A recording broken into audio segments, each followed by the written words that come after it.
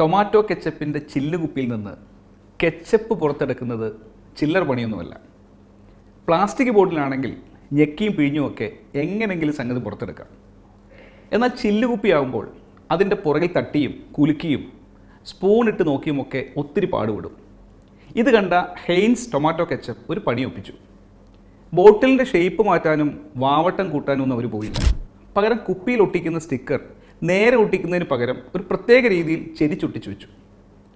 ഹെയിൻസിൻ്റെ ബോട്ടിൽ പാത്രത്തിലേക്ക് ചെരിച്ചു പിടിക്കുമ്പോൾ എപ്പോഴാണോ സ്റ്റിക്കർ നേരെ വരുന്നത് അപ്പോൾ കറക്റ്റായി കെച്ചപ്പ് പ്ലേറ്റിൽ വീഴും, യാതൊരുവിധ തടസ്സങ്ങളും ഇല്ലാതെ തന്നെ.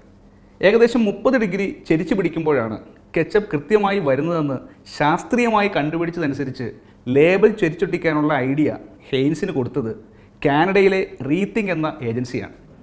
പോർ പെർഫെക്റ്റ് ബോട്ടിൽ എന്ന പേരിലാണ് ഹെയിൻസിൻ്റെ ഈ ബോട്ടിലുകൾ കാനഡയിൽ പോപ്പുലറായത്.